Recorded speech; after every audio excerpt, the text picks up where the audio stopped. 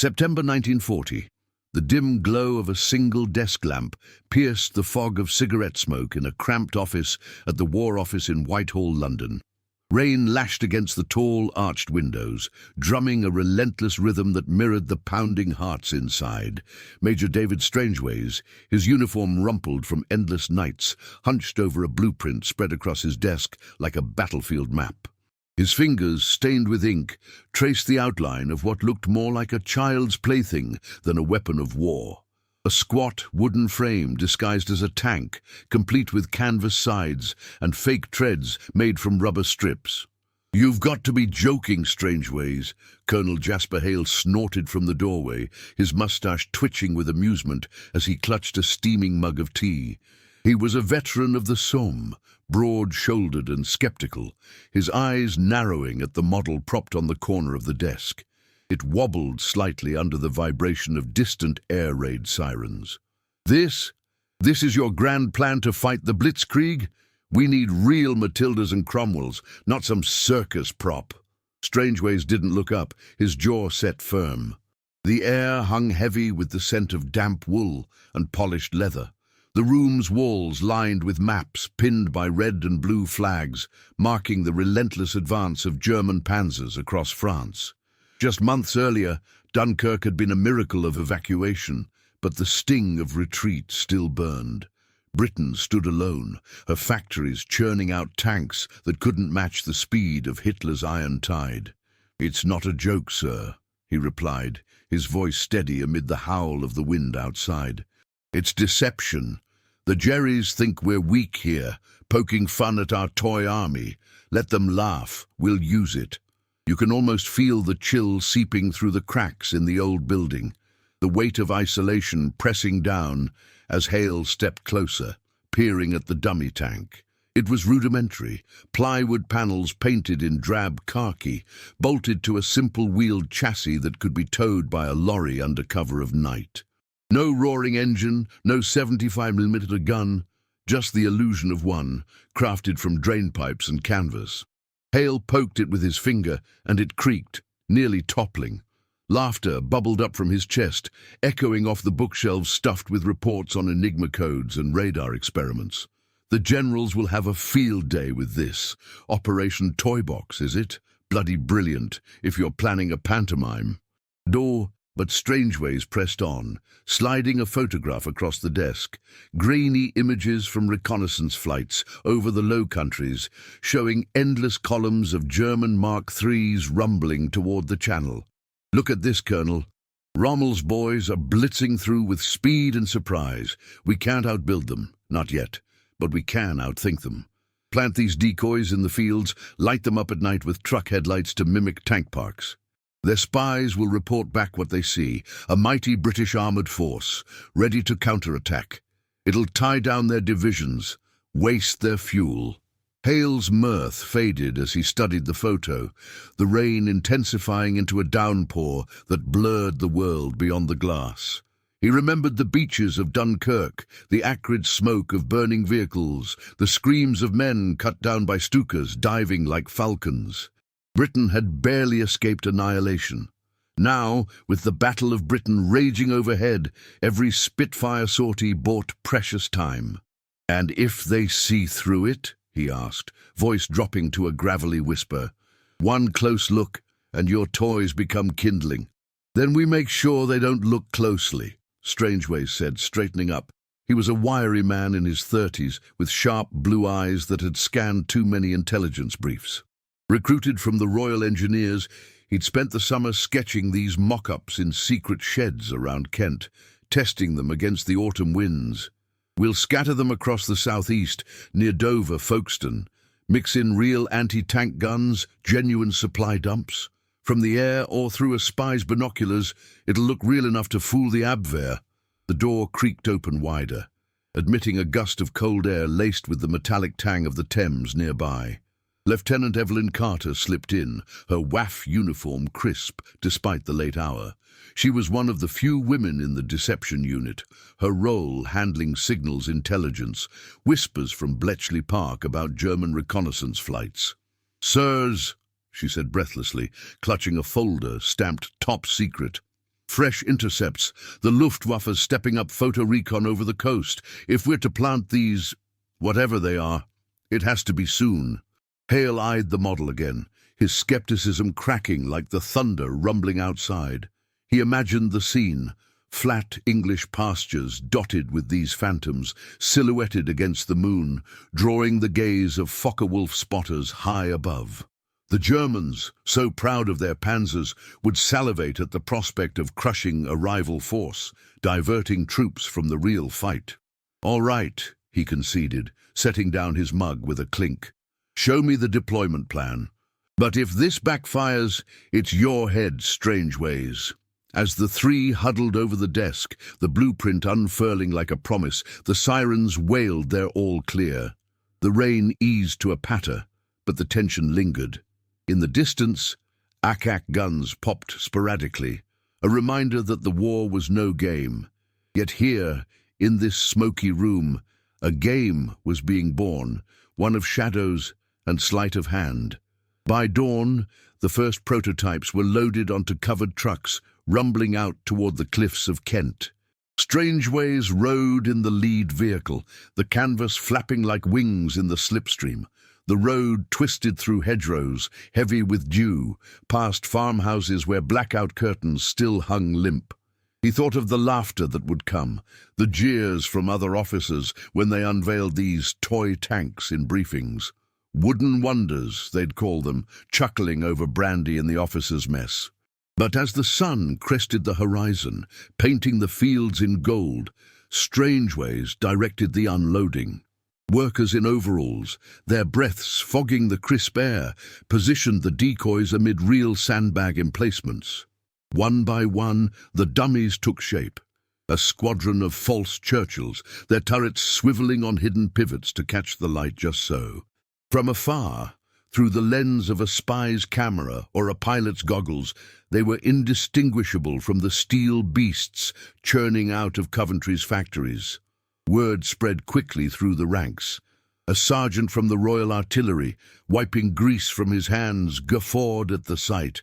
"Blimey, sir, these won't stop a jerry shell." But Strangeways silenced him with a glance. "They don't have to stop it. They have to make the Jerrys think twice about sending one." That afternoon, as a lone Messerschmitt buzzed low over the channel, too distant to discern wood from metal, a wireless operator in a nearby hut tapped out a coded message to Berlin. The Abwehr's agents, embedded in pubs and post offices along the coast, began to whisper. Reports trickled back, British armour massing, dozens of tanks gleaming in the sun. Hitler's spies, ever vigilant, scribbled notes in shadowed corners, their laughter turning to wary calculation. In Whitehall, Hale reviewed the first aerial photos smuggled from captured German equipment. The decoys had worked, their shapes blurred but convincing in the grainy film. "They bought it," he muttered to Strangeways over a hurried lunch of spam and biscuits. The Major nodded, but his mind raced ahead. This was just the beginning. The toys had fooled the eyes. Soon they'd fool the minds of an entire army. As autumn deepened, more dummies rolled out, inflatable ones now, light enough to deploy by parachute behind enemy lines. Laughter echoed in training yards, but it masked a growing respect. The war machine ground on, Spitfires clawing the sky, but down here, in the mud and mist, Britain was weaving her first web of deceit. The toy tanks weren't weapons. They were whispers, lies that could bend the course of battles yet to come. And as the wind whipped across the decoy fields, carrying the faint scent of paint and pine, you couldn't help but wonder, how long before the Führer's spies realized they'd been played? October 1940. The salt-laced wind howled off the Dover cliffs, whipping the canvas covers over the decoy tanks like sails in a gale. Major David Strangeways gripped the edge of the lorry's tailgate, his boots sinking into the muddy track as the vehicle jolted to a halt. Dawn's grey light filtered through the overcast sky, casting long shadows across the undulating pastures that stretched toward the white-capped channel. The air tasted of brine and wet earth, mingled with the faint, acrid bite of fresh paint from the dummies they'd just unloaded. You could hear the distant crash of waves against the chalk face, a rhythmic thunder that drowned out the low murmur of the work crew positioning the wooden frames. Sergeant Tom Wilkins, a stocky man from Birmingham with calloused hands, scarred from factory lathes, wiped sweat from his brow despite the chill. He hefted a plywood turret, its fake rivets gleaming dully, and slotted it onto the chassis with a satisfying clunk. "These bloody things weigh less than me mum's sideboard," he grumbled to Private Ellis, a lanky lad barely out of his teens who was busy hammering stakes to anchor the decoys against the wind. Ellis chuckled, his breath fogging in the crisp air, but his eyes darted nervously to the horizon where France lay just 20 miles across the water, close enough to imagine the rumble of German guns. Strangeways scanned the field through binoculars, the lenses fogging slightly from his warm exhalations. From this vantage, the decoys blended seamlessly. A dozen Matildas clustered in a mock laager, their canvas sides billowing gently, turrets angled as if scanning for threats. Real sandbags ringed the perimeter, interspersed with genuine Bren guns, and a few towed 25-pounders, half buried for authenticity. "Good work," he called down, his voice carrying over the gusts. "Light 'em up at dusk. Use those Morris truck lamps to simulate engine glow. Make it look like we've got a full brigade idling here, waiting for the word to roll." Back in the command tent, a squat, camouflaged affair pitched amid gorse bushes, Colonel Jasper Hale pored over a topographic map, his stubby pencil marking potential spy routes. The interior smelled of damp canvas and boiled cabbage from the field kitchen nearby, where cooks stirred bully beef over a smoky fire. Lieutenant Evelyn Carter stood beside him, her fingers tapping a sheaf of intercepted signals decoded at Bletchley. The wireless crackled faintly in the corner, spitting static like Morse code from the ether. "The Abwehr's buzzing, sir," she said, her voice low and precise, green eyes flicking to Strangeways as he ducked inside, shaking rain from his greatcoat. "One of their agents in Folkestone, codename Sparrow, reported unusual activity near the coast last night. They're sending up a recon flight from Calais at noon." Hale's moustache bristled as he straightened, the map crinkling under his elbow.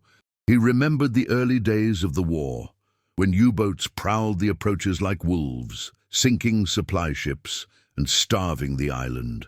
Now, with the Battle of Britain turning the skies into a cauldron of dogfights, every scrap of deception counted.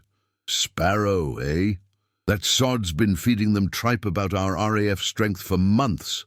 If he gets wind of this—" He trailed off, glancing at the scale model on the trestle table, a miniature of the decoy field, complete with tiny flags for wind direction. Strangeways poured himself a tin mug of tea from the Primus stove, the steam curling up like battlefield smoke. "Then we feed him more. Plant a rumour in the local pub, say we're massing for a raid on Ostend. Let his wireless chatter draw their eyes here." He sipped, the bitter brew grounding him amid the tension. Outside, the crew's hammers rang out, punctuated by the cry of gulls wheeling overhead. You could almost taste the urgency, the thin line between bluff and blunder. By midday, the Messerschmitt Bf-110 droned into view, a black speck against the scudding clouds, its twin engines a distant snarl growing louder. The ground crew scattered to slit trenches, hearts pounding as the shadow swept low over the cliffs. Strangeways crouched in the observation post, a dugout lined with corrugated iron and periscopes jury-rigged from submarine scraps. Through the lens, he watched the plain bank, its canopy glinting as the observer leaned out, camera whirring. The decoys stood defiant in the wind, their forms sharp against the green expanse, no telltale wobble from the breeze, thanks to Wilkins' sturdy bracing.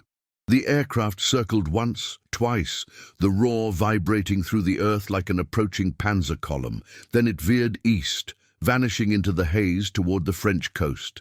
In the tent, Carter tuned the receiver, her headphones clamped tight. Minutes stretched into an eternity of white noise before a burst of garbled German crackled through. Coordinates, numbers, the word Panzer repeated urgently. she transcribed furiously, pencil flying across the notepad. "They're buying it," she whispered, pulling off the headset. "Reporting a tank concentration. Estimated 20 vehicles, heavily guarded. Orders to divert a reconnaissance battalion from the Pas de Calais." Hale slapped the table, the mug rattling. By God, it worked. But his triumph soured as a runner burst in, mud splattered and breathless from the coastal watch. "Sir, Jerry patrol boat off the headland, shelling the beach. Might be probing our defences." Strangeways was out the flap in an instant, grabbing his Webley revolver from the hook. The team mobilised with practised efficiency. Wilkins barking orders to camouflage the decoys with netting. Ellis manning a Vickers machine gun nestled in the dunes. The sea churned below, white foam lashing the shingle as the E-boat's guns barked, splashes erupting 50 yards out, sending pebbles skittering.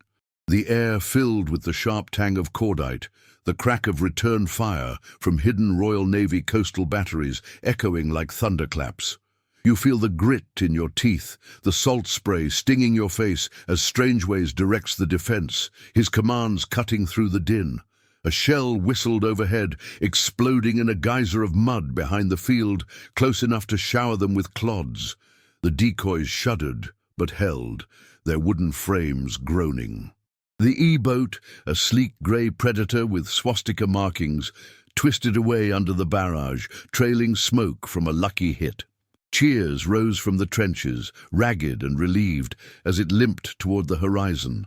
That evening, as the sun dipped low, painting the channel in blood-red hues, the team gathered around a victory fire, carefully banked to avoid prying eyes.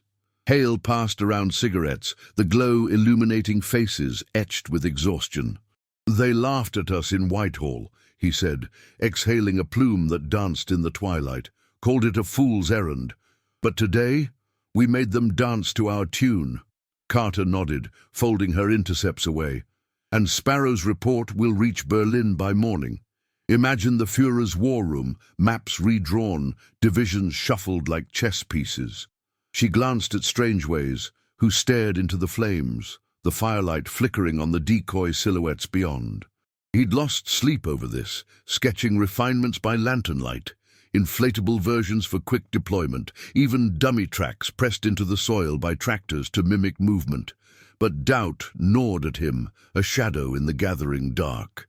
What if a defector spilled the beans? Or a night raid exposed the wood grain under moonlight?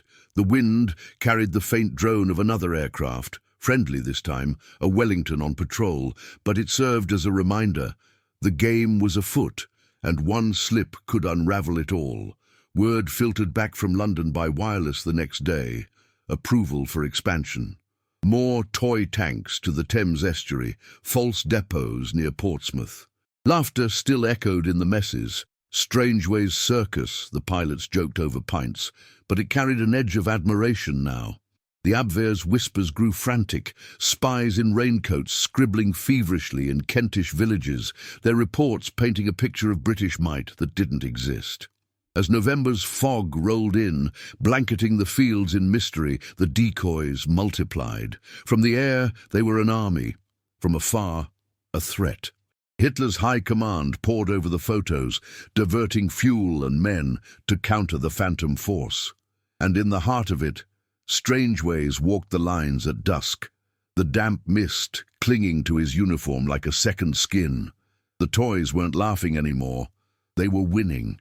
November 1940. The fog clung to the Thames estuary like a shroud, thick and unyielding, muffling the world in a damp hush that swallowed sounds before they could travel far. You could taste the river's briny tang on your tongue, mixed with the oily reek of diesel from the barges chugging upstream under blackout conditions. At the edge of a reed-fringed marsh near Tilbury Docks, Major David Strangeways trudged through the muck, his Wellington boots sucking at the peat with each step. The night was moonless, the only light a faint phosphor glow from his compass as he guided a team of sappers toward a cluster of half-assembled decoys hidden in a copse of willows. The air hummed with urgency, broken by the occasional splash of a rat fleeing the intrusion, or the low curse of Corporal Lena Hargrove. a wiry engineer from Manchester whose hands, gloved in oil-slicked leather, wrestled an inflatable tank frame from a tarpaulin. She'd been pulled from radar maintenance at Bordsey for this lark, her skepticism as sharp as the shears she used to trim excess rubber. "These blow up easier than a kid's balloon, sir," she muttered, attaching the bellows pump with a click. The device wheezed to life, powered by a silent hand crank, filling the mock Churchill sides until it loomed spectral in the gloom. 10 feet of canvas and wire, its turret a painted oil drum that sagged slightly in the humidity. Strangeways nodded, wiping condensation from his binoculars. The estuary stretched dark and endless, dotted with the silhouettes of merchant ships hugging the convoy routes, their hulls scarred from U-boat wolf packs. Just last week, the Luftwaffe had hammered Portsmouth, but here, in this forgotten wetland, the deception unit was expanding. 20 new dummies to simulate an armored reserve, ready to defend against a mythical invasion. Real anti-aircraft searchlights flickered intermittently from a battery across the water, casting erratic beams that danced over the fakes like spotlights on a stage. "Pump 'em full and stake 'em down," he ordered, his voice a gravelly whisper carried on the fog. "By dawn, they'll look like they've been here for weeks, tracks pressed in by that old Morris yesterday." Back at the makeshift HQ, a requisitioned barge moored to a rotting pier, Colonel Jasper Hale hunched over a paraffin lamp, its yellow flame guttering against the damp. The cabin reeked of stale pipe tobacco and wet wool, maps unrolled across a scarred oak table, showing the southeast coast like veins of vulnerability. Lieutenant Evelyn Carter paced nearby, her waif skirt hemmed with mud from the trek, clutching a fresh decrypt from Bletchley. Abwehr chatter about unexpected concentrations near the docks. The wireless hissed in the corner, tuned to German frequencies, spitting fragments of code that her team had cracked just hours ago. "They're mobilizing," Carter said, sliding the transcript across the table. Her fingers trembled slightly, not from cold but the weight of it all. The Battle of Britain had eased, with hurricanes claiming the skies, but invasion fears gnawed like damp rot. Rommel's Africa Corps is pulling scouts from France. They're shifting panzers to counter what they think is our build-up. Sparrow's reports are gold. 50 tanks, supply lines secured. But one's new, a double agent in Gravesend, sniffing too close. Hale's eyes narrowed, his pipe clenched between teeth yellowed from years of chew. He jabbed the map with a stubby finger, marking the Spies' last known pub, the Anchor and Crown, a smuggler's den where locals swapped rumors over bitter ale. "Bloody nuisance if he pokes a bayonet through one of those inflatables." He trailed off as the door banged open, admitting a gust laced with marsh gas and the sharp crack of a signal flare bursting overhead. Friendly from the coastal watch. Strangeways entered, shaking droplets from his cap like a dog. "Deployments on schedule, sir." Hargrove's crew's rigging pyrotechnics, magnesium flares to mimic welding torches at night. From a Ju-88 at 5,000 feet, it'll scream factory frenzy. He poured a splash of Navy rum from a flask, the liquid glugging into chipped enamel mugs, warming throats against the chill seeping through the hull. Outside, the tide lapped insistently, a reminder of the channel's treacherous width, narrow enough for gliders, wide enough for doubt. By midnight, the team worked in shifts, the fog thickening to soup as they positioned the decoys. You hear the creak of guy ropes tautening, the soft hiss of air escaping a faulty valve that Hargrove patches with a curse and a strip of bicycle inner tube. Private Ellis, now seasoned from Kent, dragged a roller across the mud to forge tank tracks, his lantern hooded to a slit. The inflatables bobbed like ghosts, their khaki hides painted with hasty camouflage, splotches of green and brown blending into the reeds. One, a faux Matilda, even sported dummy exhaust pipes, venting theatrical steam from hidden boilers, a touch Strangeways insisted on for authenticity. Dawn broke grey and reluctant, the sun a pale disk struggling through the haze. As the first lorries rumbled away, engines muffled by straw bales, a spotter's shout cut the air. "Aircraft! Bearing 270! Hearts hammered as the drone grew. A Henschel H's 126, low and slow, its wings slicing the mist like a scythe. The crew dove for cover, bellies flat to the peat, the plane's shadow rippling over the water. Through the reeds, Strangeways watched its observer crane out, like a camera clicking furiously. The decoys stood frozen, no telltale deflate in the breeze. Hargrove's stakes held true. The aircraft banked sharply, engines throttling up as it climbed, vanishing into the overcast. In the barge, Carter's receiver crackled to life minutes later, frantic Teutonic bursts. Bestätigt Panzeransammlung, Docks befestigt. She translated swiftly, her voice steady. Confirmed tank assembly, heavily fortified. Recommend immediate reconnaissance escalation. Hale leaned back, a rare grin cracking his face. That's 2 for 2. Berlin's got their knickers in a twist, diverting fuel from the Atlantic run. But triumph soured as a runner splashed in, face ashen under his helmet. Sir, trouble at the anchor. Local Bobby nicked a bloke with a Zeiss camera. Says he's a Dutch refugee, but he's got Abwehr tattoos under his cuff. The cabin fell silent. The lamp's flame steady now, casting long shadows. Strangeways holstered his Webley, the metal cold against his palm. Interrogate him quiet-like, no leaks. He thought of the laughter back in Whitehall, how skeptics like old General Ironside had dismissed the unit as Strangeways' folly. Now, with spies circling like gulls, the folly felt fragile. That afternoon, under a watery sun that burned off the fog, they visited the holding shed. A damp brick outhouse on the dockside, guarded by Tom Wilkins and 2 burly MPs. The suspect, a gaunt man in a threadbare coat, sat chained to a chair, his eyes darting like a cornered fox. "Name's Peter van der Meer," he stammered in accented English, sweat beading despite the chill. But Carter, slipping in with her folder, spotted the lie. Ink stains on his fingers matching Abwehr cipher pads. Under the harsh glare of a bare bulb, Strangeways leaned close, the air thick with fear and fish guts from the nearby wharf. "Tell us what you saw," he said softly, the revolver's barrel glinting. Van der Meer cracked after an hour, spilling details of his handler in Rotterdam, the routes for film drops via fishing trawlers. The tanks, they looked real from the road. But up close, he faltered, and Strangeways exchanged a glance with Hale, close, too close. By evening, as tugs hooted in the estuary and the decoys faded into twilight, word came from London. MI5 had rolled up the ring, feeding the Germans doctored photos of even more tanks massing. Hitler's OKW, poring over the intelligence in the Reich Chancellery, ordered a panzer brigade redeployed from the Low Countries, precious divisions tied down by illusions of plywood and air.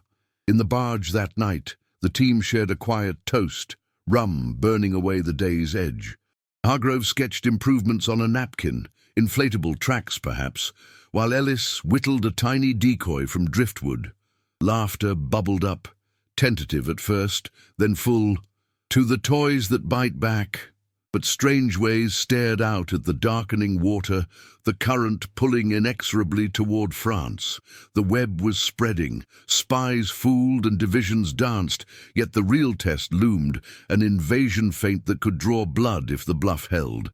The fog returned with the tide, hiding secrets in its folds, and you couldn't shake the sense that the game's stakes were rising, one whispered lie at a time. December 1940. The frozen crust of snow crunched underfoot along the windswept ridge overlooking Pevensey Bay, where William the Conqueror had once planted his banner 9 centuries before. Now, under a leaden sky, spitting flurries, Major David Strangeways shivered in his greatcoat, the wool stiff with frost as he surveyed the deployment site. The air bit sharp with the tang of pine from the nearby Weald forest and the distant brine of the Channel, where whitecaps frothed like angry spirits. You could hear the muffled thud of shovels breaking ground, the grunts of sappers as they hauled crates from camouflaged Bedford trucks, their exhaust plumes hanging like ghosts in the sub-zero chill. This was the next phase. Operation Toybox expanding westward to Sussex, seeding decoys along the invasion-prone beaches to mimic a defensive armoured crust. No more coastal skirmishes. Now it was about scale. 50 dummies in 3 mock battalions, interspersed with real obstacles like Czech hedgehogs and barbed wire coils glinting dully in the weak light. Sergeant Tom Wilkins, his breath fogging like a dragon's, wrestled a collapsible frame into position, its wooden legs splaying like a spider on the icy turf. "These bleeding things freeze solid overnight, sir," he complained, hammering frozen steaks with a mallet that rang like a bell. Beside him, Corporal Lena Hargrove inflated a new prototype, a rubberized beast with bellows hidden in the base, designed to withstand gale-force winds without deflating into a sad puddle. Strangeways adjusted his scarf, the wool scratching his neck as he traced the layout on a frost-rimed map clipped to his clipboard. Pevensey marshes lay below, a flat expanse of reeds and brackish pools perfect for illusion. From the air, the decoys would cluster like an armoured fist guarding Hastings' ruins. "Rig the smoke pots first," he directed, his voice cutting through the wind's howl. "At dusk, light 'em to simulate idling engines, draw those Ju-52 spotters like moths." He'd barely slept since the Thames success, haunted by visions of punctured inflatables bobbing like buoys. But the intercepts painted a brighter picture, German staff officers in Berlin squabbling over British rearmament, diverting Mark IV chassis from the Eastern Front build-up. In the command dugout, a hasty excavation shored with sandbags and corrugated sheeting. Colonel Jasper Hale warmed his hands over a brazier, the coals glowing red against the earthen walls that smelled of wet clay and mildew. The space was cramped, lit by a single Tilly lamp hissing softly, casting jittery shadows on the charts pinned with drawing pins. Lieutenant Evelyn Carter knelt by the wireless set, her fingers numb as she adjusted dials, the receiver's static a constant companion like tinnitus from the front. She'd traded her skirt for breeches in this mud, her hair pinned under a wool cap, but the cold still clawed at her resolve. "Fresh from Bletchley, sir," she said, handing over a flimsy. "Abwehr's promoting Sparrow to a bigger network. Our feeds are working too well. They're estimating a full armoured division here by New Year, pulling scouts from Norway." Hale grunted, his pipe unlit in deference to the fuel ration, steam rising from his mug of chicory coffee that tasted like burnt rope. He jabbed the map, marking a crossroads near Bexhill, where locals had spotted a suspicious van last week, likely another agent, perhaps linked to the Rotterdam handler they'd cracked. The Battle of Britain had sputtered into uneasy truce, with the Luftwaffe licking wounds from radar-directed Spitfire intercepts, but invasion jitters kept the home front taut as a bowstring. Good. Let 'em chase phantoms, but that Vandermeer sod spilled more before MI5 shut him up. Word of a high-level defector sniffing our deceptions. If it reaches Canaris... His voice trailed as the dugout flap rustled, admitting a blast of icy air, and Private Ellis, cheeks ruddy as apples, clutching a frozen dispatch tube. "Sir, Coastal Watch reports a trawler loitering offshore. Dutch flag, but engines idling funny. Could be a drop for film." Ellis stamped snow from his boots, the flakes melting into dark puddles on the duckboard floor. Strangeways snatched the tube, unrolling soggy orders from Whitehall, green light for pyrotechnic trials tonight, plus a warning, Luftwaffe photo recon ramping up, courtesy of their baited hooks. By afternoon, the team laboured under gathering dusk, the snow turning to sleet that stung like needles. You feel the bite in your bones, the slick grip of tools turning treacherous as Hargrove and Wilkins positioned the decoys. Squat valentines with canvas skirts, their fake 2-pounders crafted from broom handles wrapped in sacking. One inflatable, a behemoth crusader, puffed to life with a wheeze, its sides taut and khaki-streaked to match the winter camouflage nets draped nearby. Real Vickers lights winked from emplacements, a deception within deception, while tractors churned fake tracks through the snow, the diesel rumble echoing off the cliffs. As twilight bled into night, the sky darkened to ink, stars pricking through rifts in the clouds. Strangeways lit the first smoke pot himself, striking a lucifer that flared bright before guttering in the wind. Acrid plumes billowed, oily and black, curling around the dummies like exhaust from a revving herd. From the ridge, it looked alive. A armored park humming with menace, headlights from hidden trucks piercing the gloom like predatory eyes. The air filled with the chemical reek mingling with the earth's frozen breath, and you could almost hear the distant speculation in Berlin. Frantic aides poring over maps, Hitler thumping the table in the Wolf's Lair, demanding answers for the ghost fleet on England's shore. The wireless crackled then, Carter twisting knobs frantically. A low drone swelled overhead, the unmistakable twin throb of a Heinkel He-111 slipping in under radar cover for a moonlight run. "Down!" Hale bellowed, the team diving into snowdrifts as the bomber's shadow swept low, bomb bay doors yawning but holding fire. This was recon, not raid. Its observer hung out, the flash of a flare gun illuminating the decoys in stark white. Shadows sharp, smoke swirling convincingly, no wooden gleam to betray the ruse. The plane banked, engines roaring defiance, and climbed into the night, trailing a wake of disturbed flurries. Minutes later, Carter's headphones filled with the payoff, garbled orders in clipped German. Erhöhte Aktivität, Panzerdivision bestätigt, sofortige Verstärkung. She ripped them off, eyes wide. They're scrambling a Fliegerkorps detachment from Abbeville, tying down at least 2 squadrons that could have hit our convoys. Cheers erupted in the dugout, muffled by the walls, as Hale clapped Strangeways on the back, the impact jarring like a shell burst. But elation fractured with a runner's arrival, gasping from the beach path. "Trawlers ashore, sir. 2 Jerrys in oilskins, 1 with a case. Wilkins is on 'em." Strangeways bolted out, webbly drawn, the sleet turning to a blizzard that blurred vision to arm's length. Down the slope, amid crashing waves and the stink of seaweed, Wilkins grappled with a wiry intruder on the shingle, fists flying in a tangle of limbs. The second man fled toward the surf, Case clutched like a lifeline, but Ellis tackled him, the pair rolling into the foam with grunts and splashes. The captives yielded quickly under lantern light in a beach hut, their faces gaunt and salt-crusted. "Film from the van," the leader confessed, shivering in sodden wool as Carter rifled the case. Rolls of exposed negatives showing the decoys from ground level, too distant for doubt, but close enough for alarm. Our handler in Eastbourne. He saw the smoke, thought it real.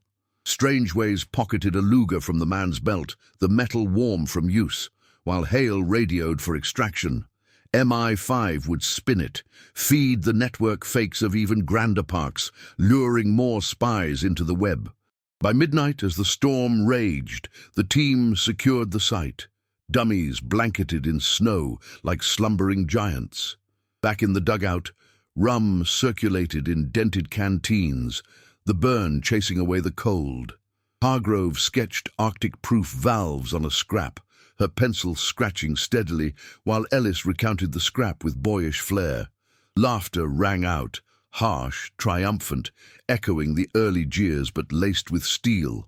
"They laughed at the toys," Hale toasted, flames leaping in the brazier. "Now they're freezing their asses redeploying for 'em." Strangeways stared into the blizzard beyond the flap, the wind wailing like banshees. The deceptions were multiplying, divisions danced on strings, but whispers from Bletchley hinted at a bigger game, feints for the spring, when Barbarossa might draw German eyes east, one wrong move, a defector's whisper, a clear photo, and the toys could shatter. Yet as the snow piled high, burying tracks and truths alike, he felt the tide turning, inch by illusory inch. The spies were fooled, Hitler hooked, and in the heart of the storm, Britain's shadows grew long. January 1941. The relentless gale tore across the salt marshes of Romney Marsh, Kent, carrying the raw sting of winter's fury that clawed at exposed skin like invisible talons. You could feel the mud yielding under your boots, a treacherous slurry that sucked at every step as Major David Strangeways crested a dike. his field glasses pressed to his eyes against the horizontal sheets of rain. The sky hung low and bruised, a brooding mass that pressed the world into a narrow strip of grey, flooded fields stretching to the horizon where the channel's roar blended with the wind's savage howl. In the distance, the skeletal remains of a windmill spun erratically, its sails creaking like a warning. This was the boldest push yet, Operation Toybox venturing into the breach-prone flats of the southeast, where invasion barges could beach under cover of fog. Dozens of decoys dotted the landscape now, not just tanks, but mock command posts and fuel dumps, all woven into a tapestry of feigned preparedness. Sergeant Tom Wilkins slogged behind, his greatcoat sodden and heavy, dragging a sledge laden with inflatable frames that slapped wetly against the peat. "This lot's heavier than a sodden sponge, sir," he bellowed over the storm, water streaming from his helmet brim. Beside him, Corporal Lena Hargrove wrestled a pump, her gloved hands raw from the cold metal, forcing air into a prototype that promised resilience. Rubberized canvas reinforced with bicycle tires, its form swelling into a hulking Stuart light tank, turret lolling as if scouting the gale. Strangeways lowered the glasses, rain sluicing down his face in rivulets that tasted of iron and sea. The decoys had multiplied overnight, 50 strong, clustered in deceptive echelons amid real minefields and pillboxes half sunk in the mire. Pyrotechnic charges, buried shallow, waited to belch smoke on cue, while hidden loudspeakers would rumble recorded engine noise if a recon flight dared the weather. "Anchor 'em deep!" he shouted back, his voice nearly lost. This blow could scatter them like confetti. He'd pushed for this site after Bletchley intercepts revealed German plans for a spring feint here. Diversions to test Home Guard resolve. Now the toys would answer, drawing eyes and steel from the real defences up coast. In the lee of a storm-battered farmhouse, its thatch roof rattling like machine gun fire, Colonel Jasper Hale, sheltered with Lieutenant Evelyn Carter under a dripping tarpaulin strung between walls pocked by shrapnel scars from last summer's raids.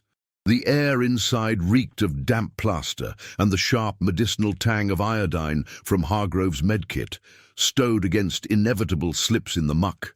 Hale's map table sagged under the weight of sodden charts, pins rusting as he traced red lines of projected German probes. Carter, her breeches caked to the knees, hunched over the wireless, the set's valves glowing faintly in the gloom. Rain drummed on the canvas like impatient fingers, and the faint crackle of static pierced the din as she tuned to shadowed frequencies. "They're rattled, sir," she said, pulling off her headphones with a wince, her ears ringing from the storm's interference. "Abwehr's flooding the airwaves, queries about our marsh armour. That trawler capture last month paid off. Their Rotterdam cells feeding us back echoes of our own lies. Rommel's pulling demo teams from Calais, thinking we're fortifying for a counter-landing." Her voice carried a thrill, edged with weariness. Nights blurred into days now, decrypts piling like the relentless downpour outside. Hale nodded, his mustache drooping like a wet broom as he lit a soggy cigarette with a Zippo that sputtered in the damp.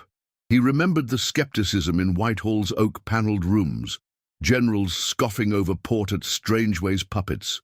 But the reports from MI5 painted victory. Panzer reserves idled in Flanders, fuel rationed for phantom chases, all while Britain's real factories geared for the long haul. "Keep feeding the beast," he replied, exhaling a plume that mingled with the fog seeping through cracks. "But that defector whisper from Norway, Canaris's man, has me twitchy. If he sniffs the wood—" The flap burst open then, admitting Strangeways in a swirl of spray, his uniform clinging like a second skin.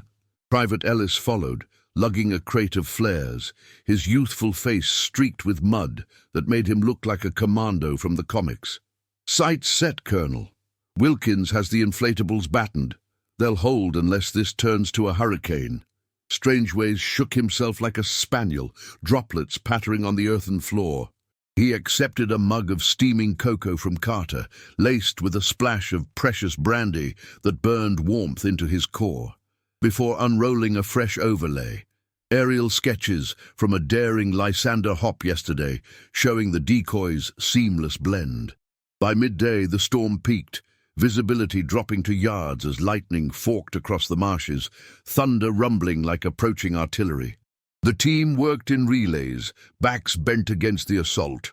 Hargrove sealing seams with rubber cement that smelled of sulphur, Wilkins rigging wires for the speakers, cannibalized from old gramophones, primed to growl diesel throbs on a hidden switch. You taste the desperation in the air, the metallic bite of ozone mingling with sweat and wet dog from the farmhouse's lone collie huddled by the stove. A gust ripped a loose net free, sending it flapping like a signal flag, and Ellis chased it down, cursing as he wrestled it back over a dummy Matilda whose canvas sides ballooned defiantly. Then the drone, faint at first, slicing through the gale like a scalpel. "Recon!" Carter yelled from the wireless, her fingers flying over dials. A Focke-Wulf FW-189 Owl, twin booms cutting the murk, materialized low over the dikes, its engines a defiant snarl against the wind. The crew scattered to scrapes, hearts slamming as the plane dipped, observers' goggles glinting through the rain-lashed canopy. Strangeways crawled to a periscope slit in the farmhouse wall, watching the beast circle. The decoys shuddered but stood, smoke pots igniting on cue, with muffled whooshes, black plumes twisting skyward to mimic revving exhausts.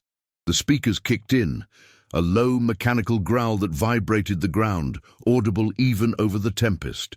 The FW banked perilously close, wings tipping to skim a flooded field, but the illusions held. No deflate, no splinter in the downpour. Its camera whirred, flashes strobing like lightning, before it clawed for altitude, vanishing into the squall. In the farmhouse, Carter's set erupted, frantic bursts in German, coordinates barked amid static. Starke Panzer presents, Marschgebiet gesichert, Angriff abwarten. She transcribed, ink smudging on wet paper. "They're confirming it, a full brigade, they say. Orders to hold beach assault drills, diverting infantry from Dieppe."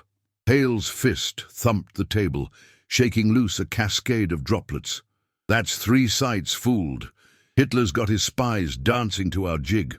But jubilation cracked as a Home Guard runner stumbled in, soaked to the bone, his Lee Enfield slung across his back. "Sir!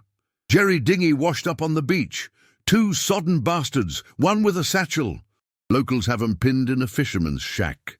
Strangeways was out the door in a flash, Webley holstered at his hip, the team in tow through sheets of rain that blurred the world to impressionist smears. The shack squatted on the shingle, waves crashing mere feet away, foam hissing like serpents. Inside, under the flicker of a storm lantern, 2 Germans huddled. U-boat crewmen gone astray, their faces blue-lipped and hollow, the satchel spilling damp charts of the marsh. "Scouts for a raid," the elder confessed through chattering teeth, his accent thick as he eyed the revolver Strangeways leveled. "We saw lights, thought defenses thin." Carter rifled the charts, spotting sketched outlines, crude but damning, the decoys marked as real. "Your flyboys just confirmed it for you," she said coolly, while Wilkins bound their wrists with baling twine. Interrogation yielded scraps, a planned probe tonight, E-boats to shell the tank parks, and test metal. Hale radioed the Coastal Command, and by dusk, as the storm ebbed to a sullen drizzle, Royal Artillery spotters zeroed in, their 6-inch guns booming from hidden batteries, shells arcing into the channel to scatter the threat before it formed. That night, as the wind died to whispers, the team gathered in the farmhouse, a meager fire crackling in the grate. Rum passed hand to hand, the golden liquid glowing in tin cups, chasing the chill from limbs. Hargrove mended a torn inflatable by lantern light, needle flashing, while Ellis recounted the chase with exaggerated gestures, drawing laughs that echoed off the rafters. "They came for tanks and found toys," he grinned, mimicking the Germans' wide-eyed stares. Strangeways leaned against the wall, staring into the flames, the acrid smoke reminding him of burning blueprints from the war's early days. The deceptions were weaving tighter, spies ensnared, divisions frozen in false alert, but Bletchley's latest hinted at escalation, a grand feint for summer, when the toys might mask a real thrust. Laughter faded as Hale raised his mug. To the fools who laughed, and the Führer who's crying now. Outside, the marshes lay still, decoys shrouded in mist, secrets safe for another dawn.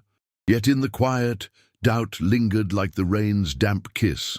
How long before the illusions cracked under the weight of truth? February 1941. The first hesitant buds of spring pierced the thawing earth along the windswept downs near Beachy Head, where chalk cliffs plunged sheer into the churning English Channel like the edge of the world. You could smell the awakening soil, rich and loamy, undercut by the sharp ozone tang of recent gales that had whipped the sea into frenzy. Major David Strangeways stood atop a grassy knoll, his boots sinking into the softening turf as he scanned the sprawling deployment through field glasses fogged by his breath. The air hummed with the buzz of bees emerging from hibernation and the distant clatter of tractors churning mud into faux tracks, but beneath it all lurked the undercurrent of peril, the ceaseless patrol of Luftwaffe eyes probing for weakness. This was the culmination, Operation Toybox at full throttle, a vast illusion stretching from Kent to Sussex, over 200 decoys masquerading as the British Army's armoured backbone. Inflatable Churchills and wooden Matildas dotted the downs in deceptive regiments, their canvas flanks painted with meticulous weathering, scratches from brush and mud splatters from hidden hoses to fool even ground-level scrutiny. Sergeant Tom Wilkins, his overalls streaked with clay, directed a team winching a massive dummy Cromwell into place, its turrets swiveling on oiled hinges to catch the slanting sun. "These beauties won't melt in the thaw, sir," he called, wiping grime from his brow, though his eyes flicked warily to the horizon where France's coast taunted like a mirage. Corporal Lena Hargrove knelt nearby, fine-tuning a pneumatic system that allowed the inflatables to breathe subtly, rising and falling to simulate idling engines, a trick borrowed from cinema fog machines, reeking faintly of chemical vapor. Strangeways lowered the glasses, the lenses cool against his skin, and traced the layout in his mind. Real flak batteries interspersed with pyrotechnic dummies that could erupt in convincing anti-aircraft bursts, drawing fire from probing Stukas. Bletchley's whispers had escalated, German high command in turmoil, Hitler himself raging in the Reichstag over elusive British armour that seemed to multiply overnight. The toys had tied down 3 panzer divisions, idling in Calais barns, while real threats brewed elsewhere.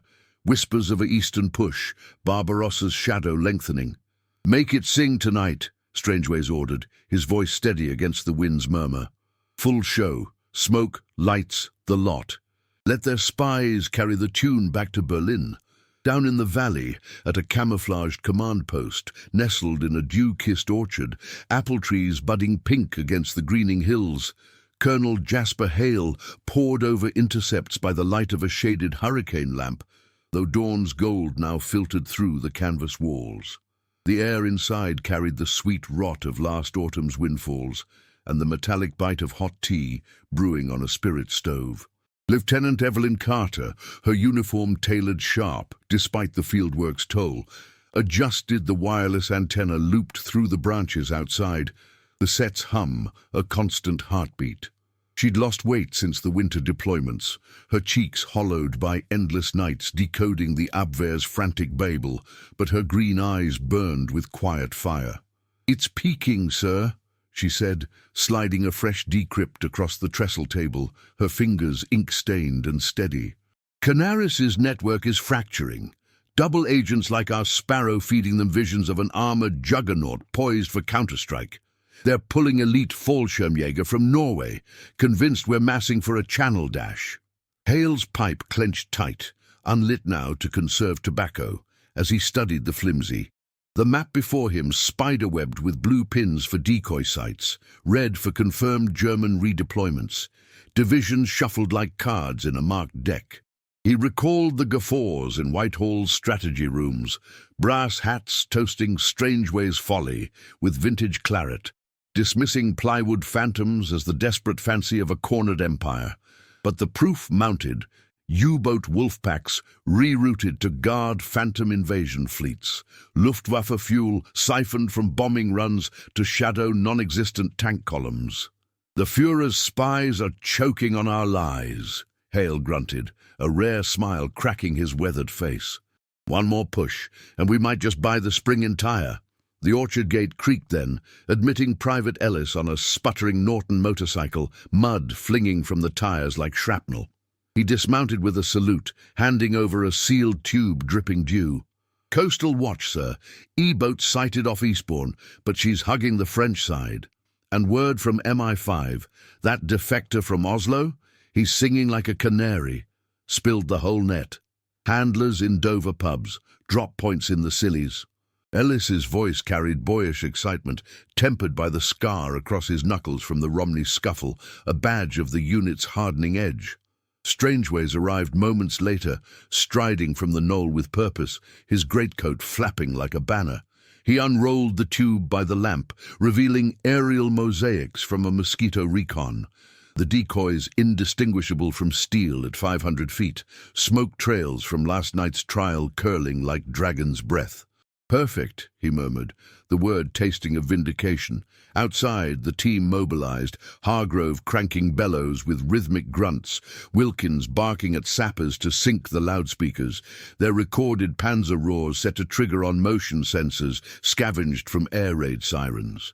You feel the pulse quicken, the Earth's subtle thaw mirroring the war's shifting ground as bees droned lazily over the first blooms, oblivious to the shadows of war machines both real and imagined. By noon, the sky cleared to a deceptive blue, cumulus clouds scudding like reconnaissance patrols. The drone came unannounced, a sleek Arado R-196 floatplane, seaplane wings skimming the wavetops before lifting to circle the cliffs. "Eyes on!" Carter shouted from the post, her headphones clamping tight as the wireless spat coordinates in guttural bursts. The team froze in place, hearts thudding like pistons as the aircraft climbed, observer's camera panning the downs. Strangeways watched from a hedgerow blind, the grass tickling his elbows as pyros ignited in sequence. Muffled booms sending oily plumes skyward, lights from concealed generators flashing like welding sparks on repair crews. The decoys loomed lifelike, their forms sharp in the sun, no whisper of canvas sag or wooden creak to betray the ruse. The Arado looped once, engine snarling defiance, before banking east toward Dieppe, its wake a fading echo over the cliffs. Carter's transcription flew, "Bestätigte Panzerkonzentration, Briten vorbereitet, sofortige Divisionverlegung." She looked up, breathless. They're mobilizing the 7th Panzer, Rommel's old outfit, from reserve, tying it down here while their eyes turn east. Hale slapped the table, the lamp rattling. "By God, the hook's set!" But the victory echoed hollow as a runner burst through the trees, face flushed under his tin hat. "Sir! Ground team nabbed a Jerry. Parachute drop gone wrong. Landed in a cowfield near Seaford. Wireless kit smashed, but films intact." The orchard erupted in motion, Strangeways leading the dash on foot, the team splashing through meltwater streams that gurgled like laughter turned to brooks. They found the agent in a milking barn, subdued by home guard farmers, wielding pitchforks, his Luftwaffe jumpsuit torn and muddied. The man, a wiry Abwehr operative named Klaus Ritter, sat bound to a stool amid the lowing of cows and the earthy reek of manure. His satchel yielded canisters of film, close-ups of the decoys from a prior flight, annotated with queries, "Holds? Gummy?" But in the harsh beam of a bullseye lantern, Ritter cracked under Carter's interrogation, his accent fracturing like ice. The photos. They convinced the wolf's lair. Hitler demands action, panzers to crush your ghost army. Spies everywhere report the same.